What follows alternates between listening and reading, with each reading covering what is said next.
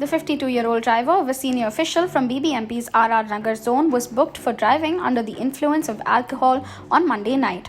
The driver, Shiva Shankar, was subjected to an alcohol test after his car brushed against another one near a mall around 11:50 p.m. on Mysuru Road. He was driving back home after dropping the civic official at his house.